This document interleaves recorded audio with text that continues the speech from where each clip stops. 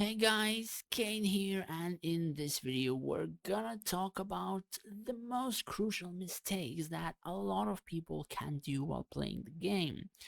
Those mistakes can be made in the early, they can be made in mid, and they can be made in the late game as well.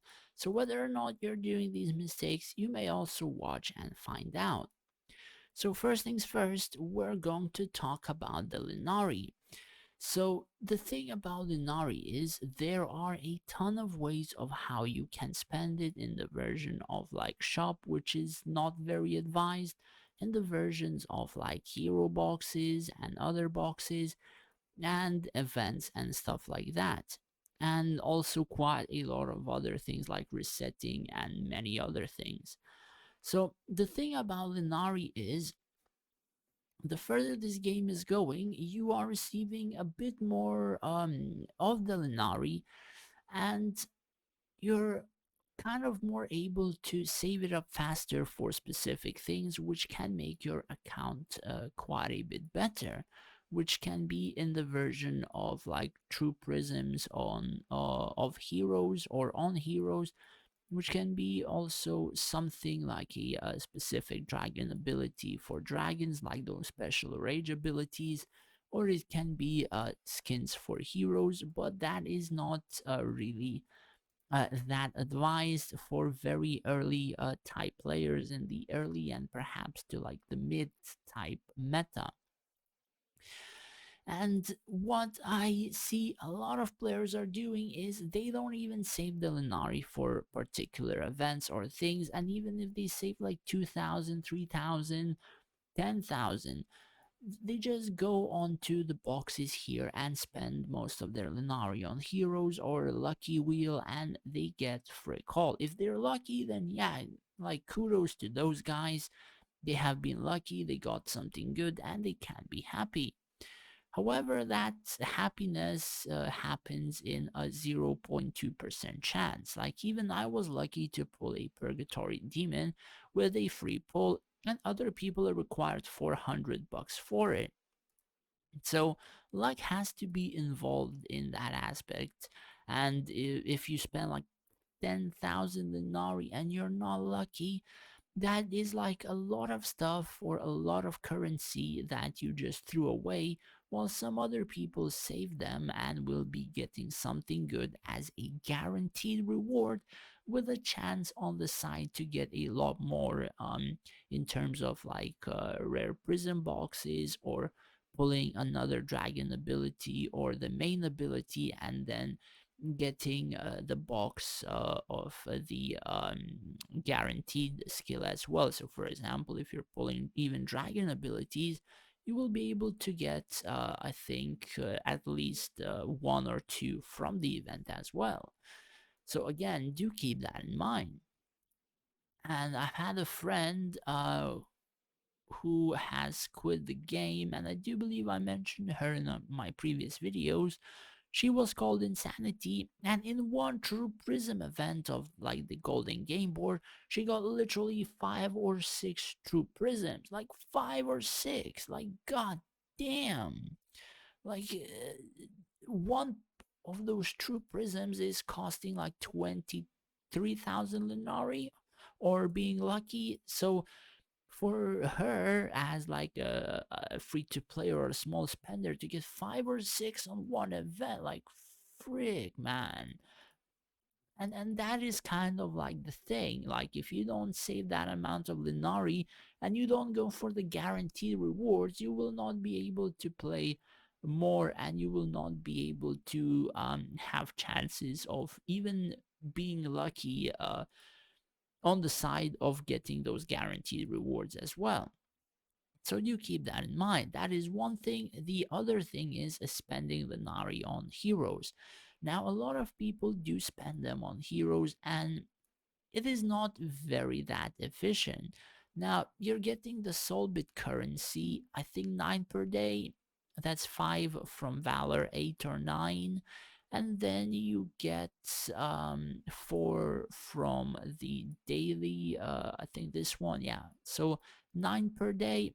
And if you would be wanting to buy the heroes with money and stuff like that, I highly, and I do mean highly, advise you to buy the hero stash for soul bits. Essentially, for $5, you get 300 Linari and about 1,500 Linari worth of soul bits just for like $5. And the thing is, one pull of this is 300 Linari. So essentially, you are getting, let's say, 1,500 or 50 pulls or stuff like that for $5. And it is very, let's say, crucial because it will cost you 12,000 Linari if you're not lucky to get a hero. And essentially, you can buy it for like $30 or $50 from here. And if you would be buying this for $5, you would be able to get those heroes for cheaper, and even highly likely a couple of them as well, instead of like spending your own hard-earned Linari for them, or money specifically based, or other money which you can use for better stuff as well. So for example, if you buy the hero for $30 here or $50 here, essentially you guarantee it. But if you would buy soul bits here for the same amount, which would be 6 times $30, and I do believe that will be 300 soul bits, right? So that's 300, or rather 30, 3 times 10 rather. So that would be three times the chances of getting, let's say, heroes, and then one more guarantee. So essentially, when we had this anniversary event, they gave me 50 pulls, right? 50 for free, and I got 7 heroes from those 50 pulls. A lot of other people's got like 5, 6, 8, 9, etc. So the chances of getting the heroes are pretty decent. So do keep in mind that it's kind of more efficient to buy soul bits than it is to buy the hero outright. Sure, it is a slight gamble, but you also get other stuff in here as well. And stuff like even the, let's say, building rush of like 1, 2, 3, 5 hours, etc. Or like the abilities and stuff like that. They still do pose huge stuffs as well for people, as well as experience and stuff like that. So again, do keep that in mind. It's better to buy this instead of like spending Linari or buying the heroes outright, and save that Linari for particular events. The second thing, and probably one of the most crucial ones, is actually copying people and their formations. Now, some of the copying and some of the formations, sure, you can do because it involves you learning and you improving. However, a lot of people go as far as checking like, let's say, a formation from people who are literally in the very late game that a lot of other peoples are not, and they see like, oh, this guy level 50, he has like a formation like this, friggin' like 30 or 40 heroes on the field, dragon front line, and he's using that. And a lot of people just copy this entire formation and use it as their own. Now, let me just tell you straight up that if I would meet a guy with 9 million core, rather, right? Like me, 9 million core. Okay, I'll give him 9.5 million core. And he would use that formation against me. It would be instant loss for the enemy, and I would not lose almost any casualties on my field. Like, that is how that formation would go against me. Now, again, I'm meaning same core. I'm not meaning that if I would face this guy, I would win or whatever. The thing about it is that this guy has a lot of research, the same for the opponent that he's facing. They have most features maxed out, and for a lot of people, what these guys use, it doesn't work out because we do not have them. So for example, even his heroes like, let's say, Gazelle, 1 second.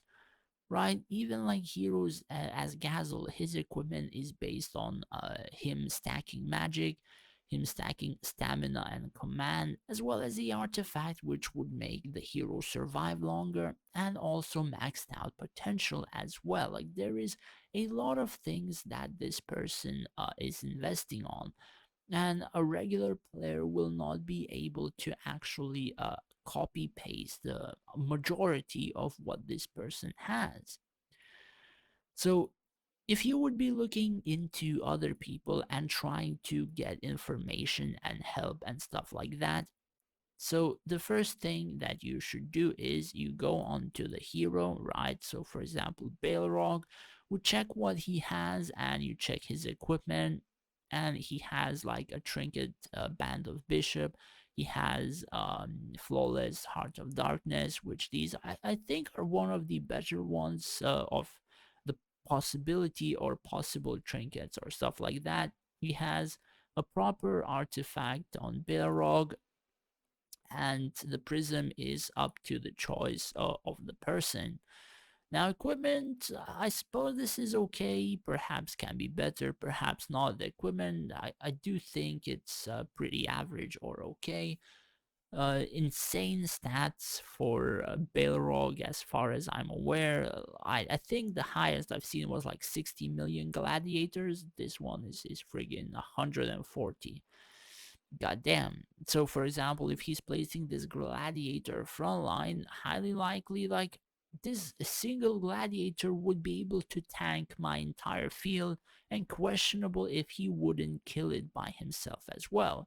Like, that is how strong this person's gladiators is, that his single gladiator would be able to outlast my entire formation. So again, do keep that in mind. You cannot copy entire formation, but you can just check the heroes. You check, let's say, even Valerie, like what equipment this guy is using on Valerie. He's using a Drake set. He's using two equipments of the mage. When somebody casts a skill, the mage will do magic damage and stun nearby enemies. He's using an trinket, which increases attack speed, a proper prism in terms of Arcanist Fury, a proper artifact for damage, and yeah, proper abilities as well, and stuff like that. So these things, yeah, you can check and you can benefit them from, but you would have to implement these things into your formation. You cannot take a formation from another person and use it as your own, because it will never work. And like the reasons are pretty simple, right? So one of the reasons is your hero mastery is not enough, and this can be a pretty crucial thing to differ one formation from the other person.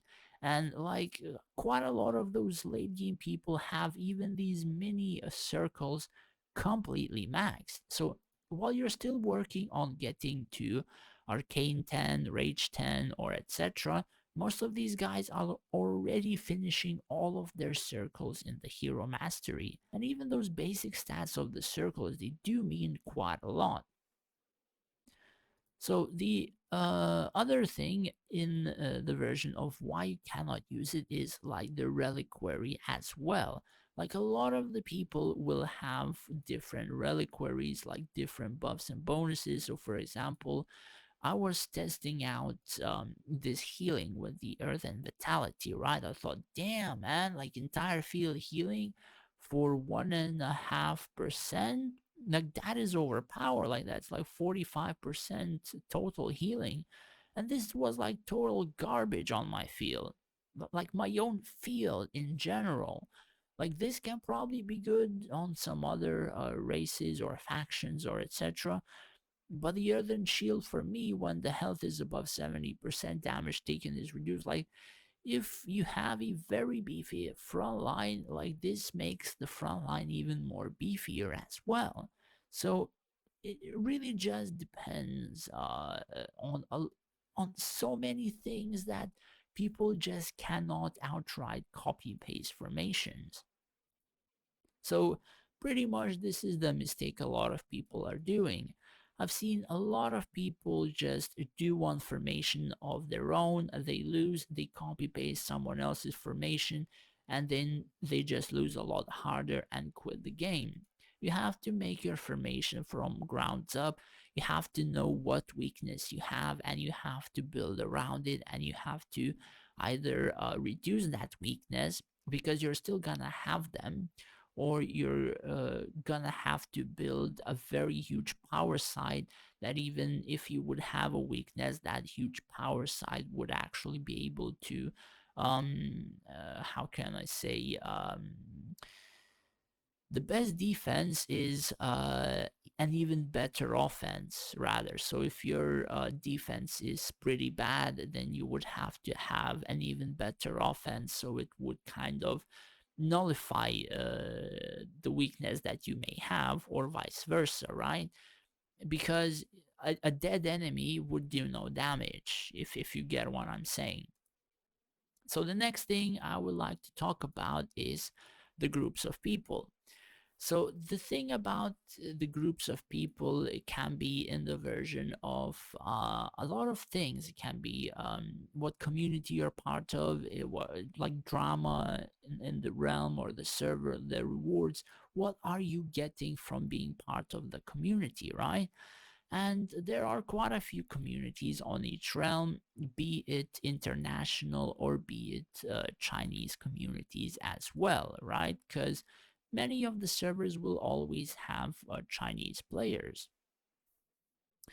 So, from my own perspective and from my own experience, international communities, not all of them, do keep in mind, not all of them, but majority of them are literally just garbage worthy. Like, I don't want to insult people. However, a, a lot of people that I talk to, most of the leaders which are leading those groups are insanely greedy, are insanely like friggin' disrespectful to others, and they just use people for their own benefits. And all the four realms I have played, it was exactly like that. Like, I do understand if those people would be helping players, if assisting with tips, those people would be doing something, but quite a lot of people are being part of groups which in which they are being like just used for their own benefits.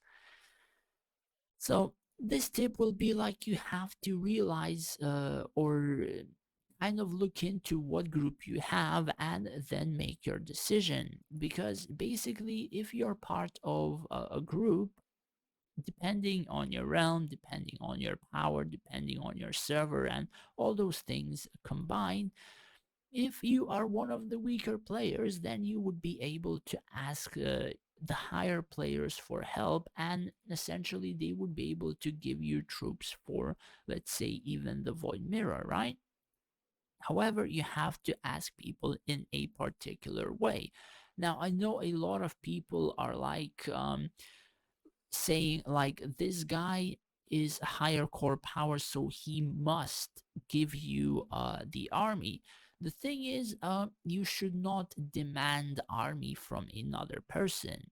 For example, I've seen a lot of people demand army from me, and I'm like, dude, this is my army, and I also need it. And the same as these guys, it's their troops, it's their accounts, they also need the army. So instead of demanding armies from other people and being upset that they don't give you it, you should type something like, hey, would you be able to give me two archers, let's say, before you go to sleep, right? Something like this will not give, I don't think, will not give any censor. So even if they would translate, uh, or rather, can I get, or you can just even easier write, hey, can I get two archers before you go sleep? Let's add a comma here for mirror, or something like that, and they would understand, and then you will be getting those archers majority of the time, right? Because you give them a timestamp where they can get it, and essentially you're being nice and you're asking them. And there are a lot of people who just demand army and eventually they just don't get any from the person, right? You have to be sort of a nice person in regards to asking the troops and return them uninjured. At least I would want my troops not to be injured.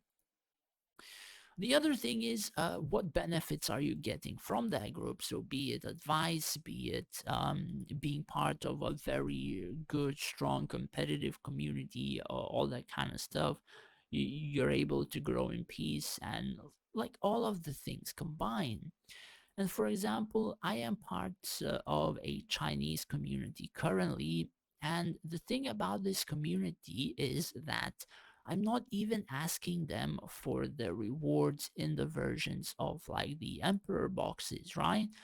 I've never messaged the Emperors and I've never asked them for any of the boxes and stuff like that. Like this person send me a king's box just because he thought I deserved it. And I did message him as I had my chat box up just a second ago. I thanked him for it.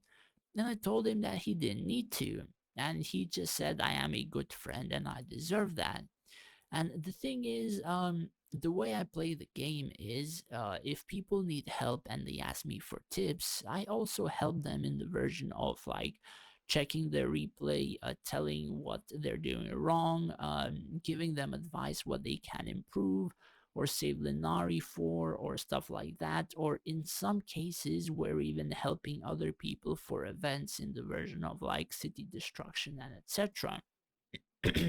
So we're doing quite a few things, and people do notice that, and they do reward people for it. So yeah, that is pretty much it.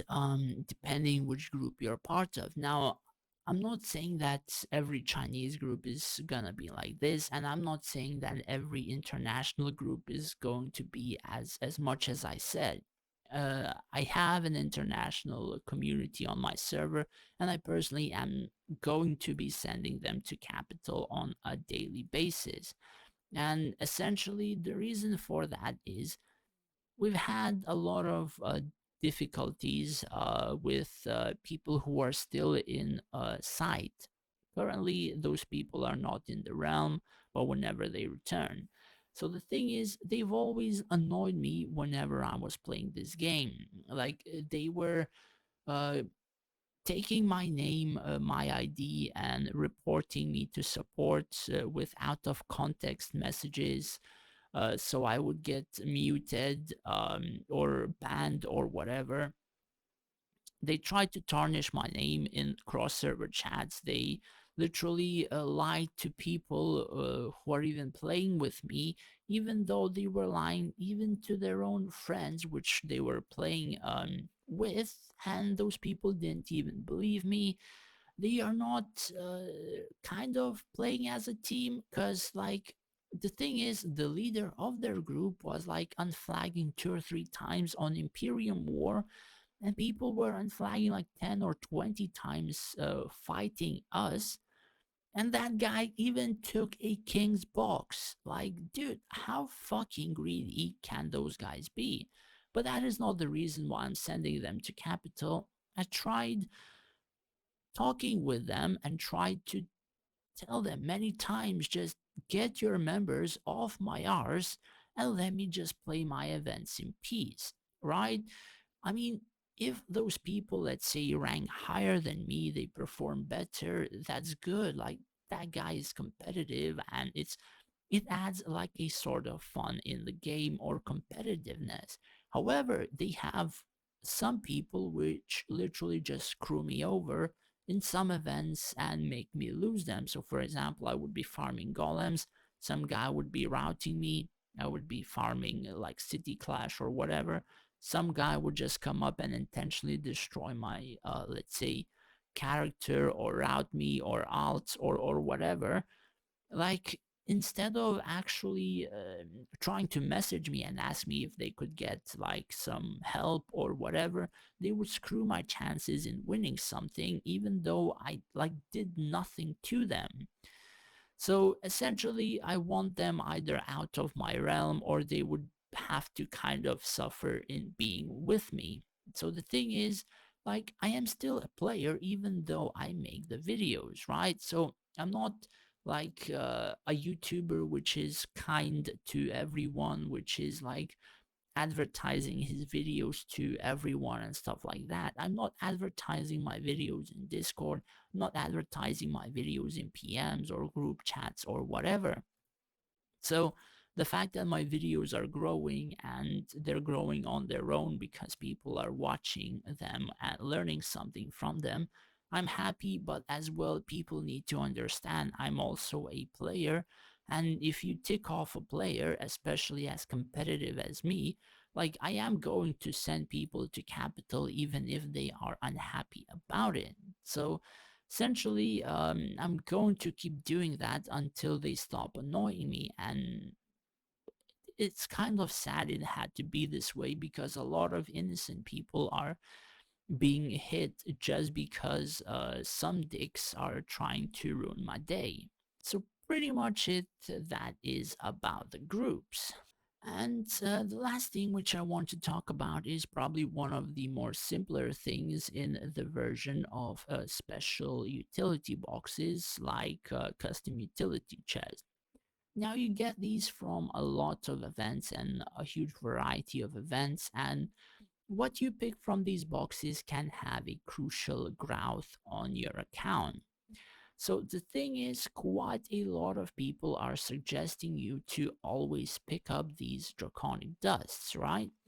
So the thing is, I have done that on my account for as long as I was playing the game for like 3, 4, 5 months. And the thing is, while I was upgrading my dragon, let's say abilities or rather draconic to 109, and I mean 109 as like the last ability here, when I got these three to 109, it was an insane huge boost. And I was like, damn, dude. And I was still getting draconic dust over and over and over again. And I kind of noticed that I was actually falling behind against many people. And I was falling behind because of simple reasons as to all of the other people, they were taking the Forge Fire Stones and the Astral Stones as their rewards for their own armies. So, for example, yes, you can pick Draconic Dust, and probably your dragon will be a lot better after 2 or 3 years after you play the game. Or you can pick Forge Firestones and Astral Stones and get a stronger army for PvP and etc. And what I mean by that is, at that time, which I have noticed, actually, those people being insanely more powerful, even though I was easily beating them and they didn't spend that much money, was when my army kind of had level 35 equipment or less. And those guys, they had finished 1 to level 50 after their dragons had been 109. And after they finish like the archers to level 50, right, the archers become insanely friggin' overpowered. And the reason for that being like the, let's say, level 8 ability, bandit critical hit chance 35. For other races, it is accuracy, which is also crucial. Level 9, critical hit damage. Level 10, huge increase on attack and also health. The same for their front line. Like these stats, like reduces damage taken by critical hits. Like this one literally adds like 70% just from this ability, and this makes like the front line insanely friggin' tanky. And since like the guys archers were level 50, the guy's frontline was like 45 plus, and mine frontline and archers were 35 on gears. Like his army just rolled over mine, even though my dragon was like a few levels higher in draconic than his. Like that draconic did make up for the difference in the army stats. Now, yes, you need a friggin' shit ton of materials for the Awaken, right? But to get something which is like very good, which is like the vibrant shield, which, or rather the destruction, which is the soul beat or whatever. Like this requires you to finish the draconic to 159 and then additional 12 million, I think, dust, if not more. 12 million additional. Like, you're not going to reach that without playing 1.5 years or like 2 years in the game, unless you throw some serious money in the game. So essentially, you're looking to mess yourself over for a very long time unless you upgrade your army to a specific level. Now, I am not, let's say, telling you to rush your gears to level 50, right? However, you should think about rushing your equipment to at least to 45 for your archers at least, and then 45 for your frontline. This is a very huge boost both for your frontline and your backline. So again, do keep that in mind.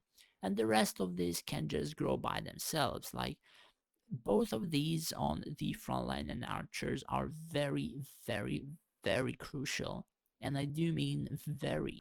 What I'm picking from those custom utility chests right now is none other than just the prism materials. And sometimes whenever I feel like it, I still pick some dust, but essentially I just pick the prism stuff because it is a lot easier to get something more beneficial than it is wasting stuff for the draconic dust. Like, it really, it doesn't give you a huge boost unless you like spend 7 months worth of materials eventually just to make it happen, instead of like a month or a month and a half and have something which increases power on your field, or even less than that. So again, you do have to keep in mind with your rewards.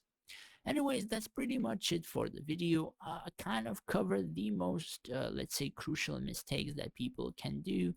And essentially, it wasn't just spending money on the game, which wasn't efficient or whatever. I think I've covered most of them, so I think a lot of people should know what to get in that regard. Hope this was helpful for you. Thanks for watching. Take care and stay safe out there.